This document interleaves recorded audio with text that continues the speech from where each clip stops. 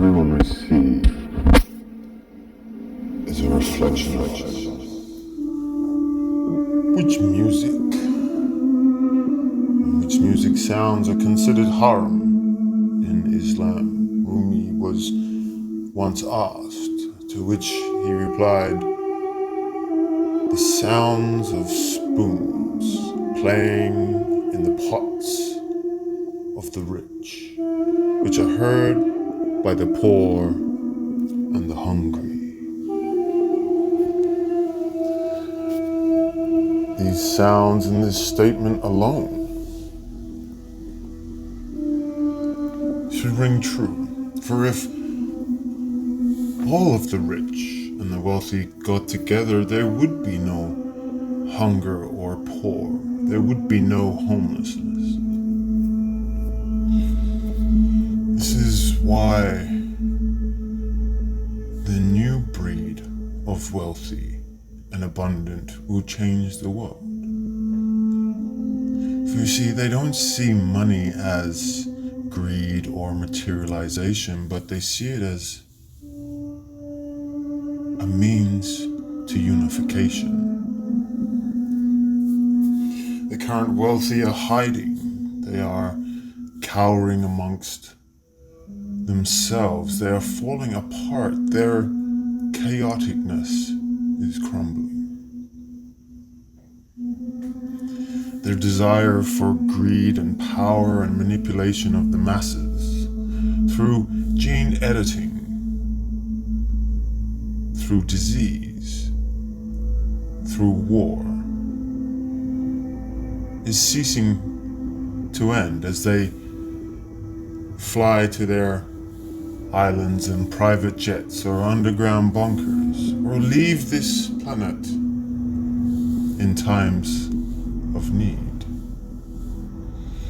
If they all got together, they could heal and fix the world, and the hospitals and healthcare system would almost be not needed. So this statement by Rumi is quite a powerful one, because that is the worst sound of all, because someone who is that wealthy can feed everyone. But does it just mean money? I don't believe so. I mean, it believes to me that it is knowledge. For you can help someone acquire wealth with knowledge. You can help someone acquire the necessary means to be where they are. Let them in on the secret. If they all just stopped for a second and thought, maybe it's time we let humanity rise.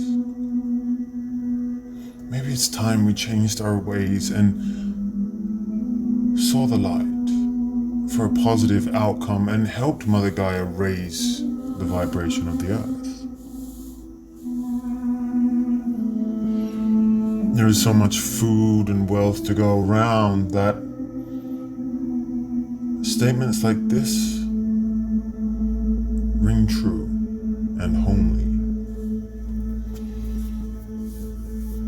I don't think it's just about money for me anymore, because money for me represents the freedom to be able to do the things that I want. Does it mean that I worship abundance and money? No, I do not. I will strive and pursue towards this place of helpfulness and healing and growth with us all. Do I want millions of dollars? Absolutely. I think we all do. Would I help as many people along the way? Of course I would. For that is my nature. I would plant more fruit trees and vegetables to feed people. With the abundance I have, I would share. That is why I am the gardener. But I would heal people. How would I make my wealth then ascertained? If I had multi-millions and I didn't need money at all, then I would offer my services for free in exchange for a story. Tell me who you are and tell me why.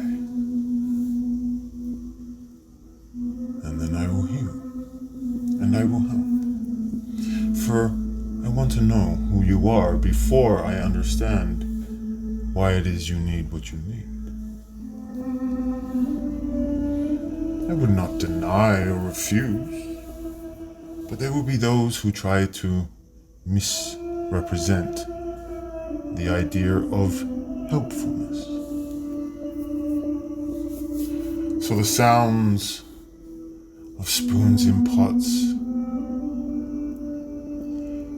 watching them eat while the poor get hungry, watching them make the rules for the lower class and the middle class and remove the separation between the two. So there is just one, rich and poor.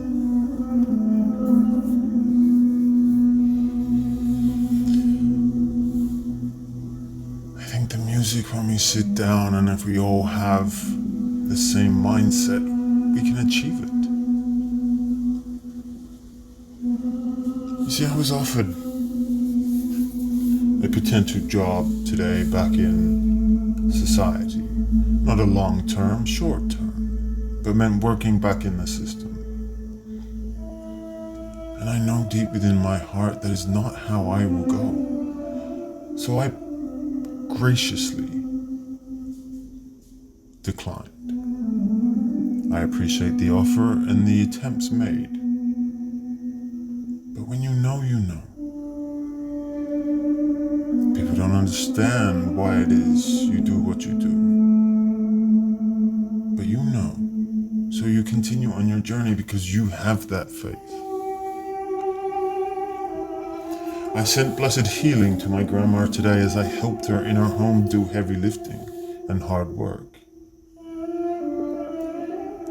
She was injured in the hip and finds it hard to walk, so I put and placed healing with her so that it may heal from the world, from Source God and light into the area that she is struggling. And it will continue to do so day by day, until the area is at a point where the body can heal itself no matter what age you are. There is no denial saying it can't be true. The body can regrow cartilage. We have been told it cannot. By who? Those same spoons in pots. I believe my Nan will heal. I have the utmost faith that Source and my abilities will help her heal because she wants to as well. Do I believe it to be true? Will I see it? Well, let's hope so. Maybe even just for a day. It doesn't matter. But it really touched my heart. It really felt inside myself when I did it. Was that Source? Was that my previously deceased grandfather crying at me helping? Or was it her inner soul also crying? These are the connections we make when we listen to people's stories who want to be healed, who are worthy of being healed.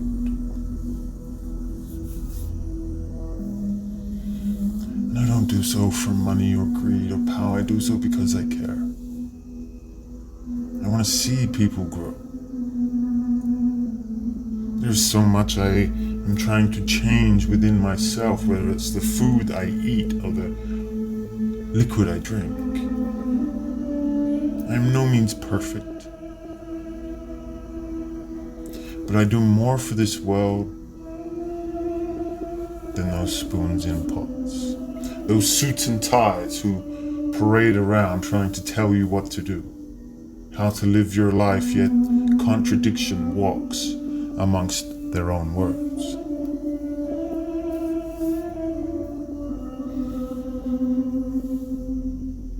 We live in a fascinating world, both you and I. It offers many mysteries. And I think Rumi is one of those types of quotes that when we look at it and read and listen, it makes more sense. have to follow it, but you understand it. We are not but many cultures, we are but one who have been separated. And when we realize this, we will unite. And we grow together and raise the vibrations. We don't need to be angelic, all love and light and all of this stuff, because it's so hard to maintain. We've been living our lives like this for eons. But it's that inner knowing, if we don't force ourselves to change, but we follow the process, believe in the journey, they say, this is what makes us grow. As a collective, as a whole. You see, they want us to burn out when we place too much emphasis and too much hard work upon our own self. And it burdens us because everything we once knew has to go. It's the Black Friday sale of the soul. So people burn out and give up because there's too much. Their favorite drink, their favorite food, their favorite thing to do has to go. Gladly it does. I think there's a few people who talk about rewiring your brain. Dr. Dispenser, I think.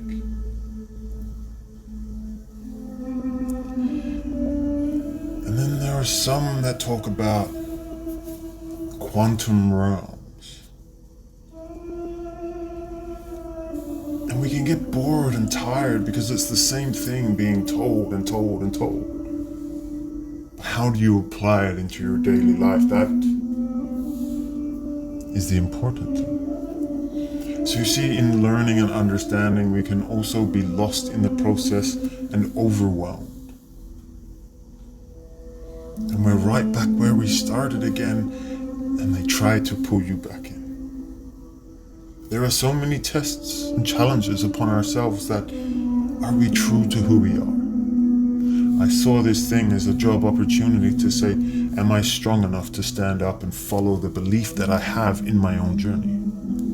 To say, this is not what I want. And just cower into society for money just because of peer pressure, regardless of family or not. So I rose above it and I said, no, this is not my journey.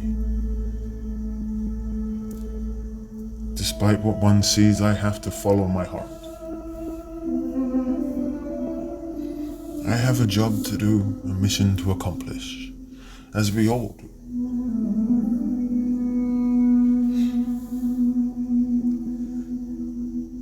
And it does pain me to know that all of the wealthy in one day can fix the problems. It annoys me to see people that are trying to get people to subscribe to cancer foundations, knowing they have a cure, knowing they'll never want to release it. And people fall for it.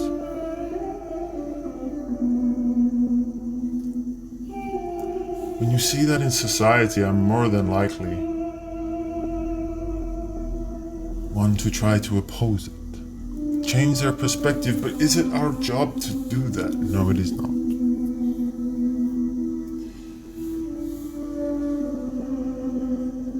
So it's statements like this that really get me thinking. All of the secrets untold, all of history held back. How the world would be a beautiful place if everyone had fruit to eat, and water to drink, and a place to lay their head upon a pillow. And I will never rest until I see that day. And with that, peace and love, take care.